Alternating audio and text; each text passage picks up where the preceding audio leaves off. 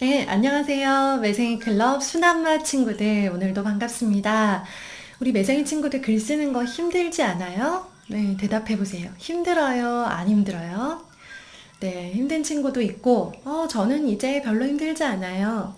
저는 원래부터 안 힘들었어요 하는 친구들도 있죠. 네, 그리고 우리 순한맛 친구들 보니까 순한맛을 다 쓰고 시간이 남거나 또 좀 하고 싶은 마음이 들면 매운맛을 도전하는 친구들도 있더라고요. 네, 우리 친구들, 다른 사람이 다 하니까 나도 해야지 이렇게는 하지 말고요.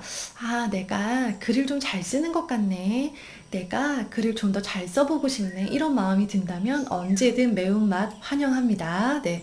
그리고요, 매운맛을 쓰지 않는다고 해서, 엄마가 매운맛까지 쓰라고 한다고 해서, 네. 그렇게 해서 억지로 쓰는 건요, 내 글쓰기에 큰 도움이 되지 않아요. 그래서 우리 친구들 순한 맛, 네, 즐겁게 쓰고요.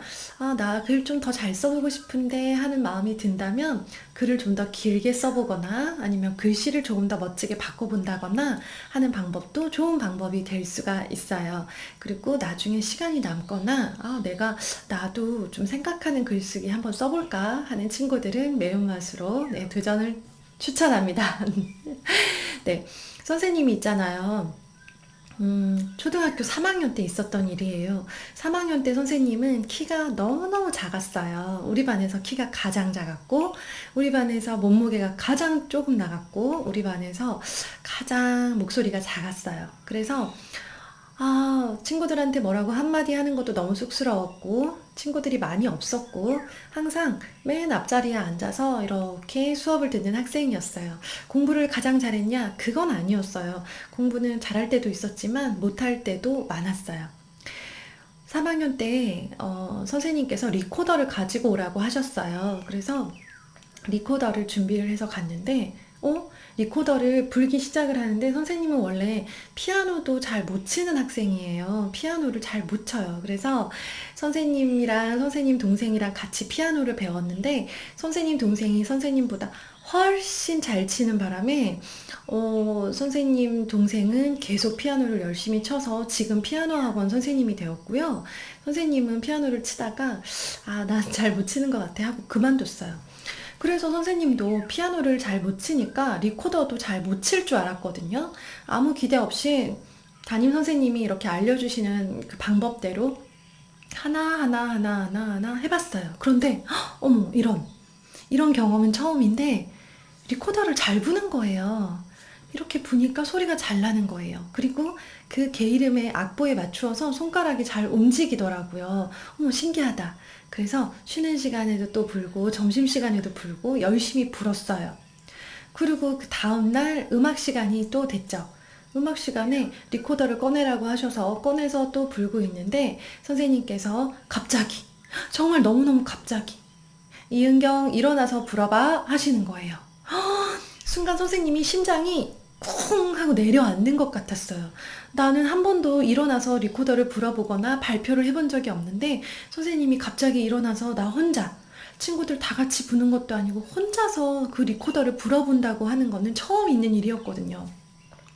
일어났는데 너무 떨려서 손이 덜덜덜 떨렸어요.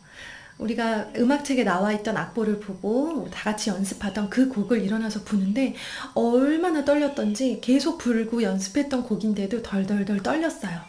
그래서 떨리는 마음으로 하도 떨리니까 이게 내가 숨을 쉬는 것도 리코더를 할 때 후 불어야 되잖아요. 근데 부는 것도 계속 떨리는 거예요. 그래서 막 간신히 네, 이걸 마치고 잘 마치고 자리에 털썩 주저앉았어요.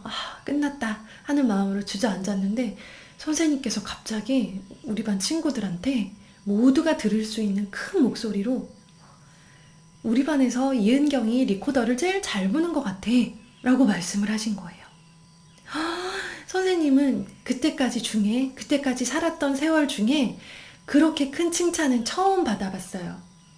공부를 잘하거나 키가 크거나 달리기를 잘하거나 글씨를 잘 쓰거나 그 어떤 칭찬도 크게 받아본 적이 없는데 리코더를 열심히 연습을 해서 한번 일어나서 불었는데 선생님께서 우리 반 친구들 전체에게 은경이가 우리 반에서 리코더를 가장 잘 부는 것 같아 라는 그런 가장 큰 칭찬을 해주신 거예요.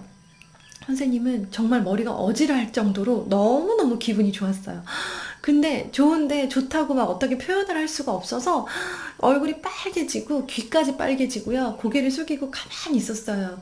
그땐 내가 칭찬을 받으니까 어떻게 행동을 해야 될지 모르겠더라고요. 그래서 귀가 빨개서 가만 앉아있고 선생님이 그렇게 말씀하시니까 은경이가 리코더를 잘 분다고 하시니까 우리 반 친구들이 다 선생님을 쳐다봤어요. 오 하면서 쳐다보고 친구들은 부러우니까 그때부터 막 열심히 리코더를 불기 시작하더라고요. 선생님은 그날부터 어떤 사람이 되었을까요?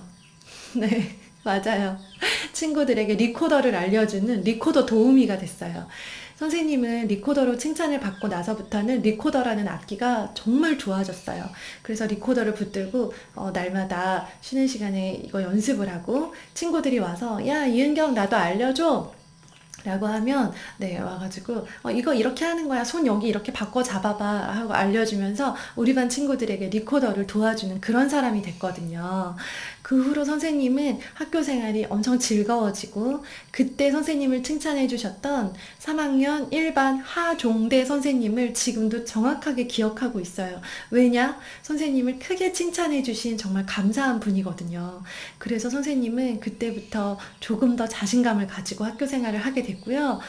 너무 기분이 좋아서 집에 와서도 자랑하고 동생한테도 자랑하고 그랬었어요.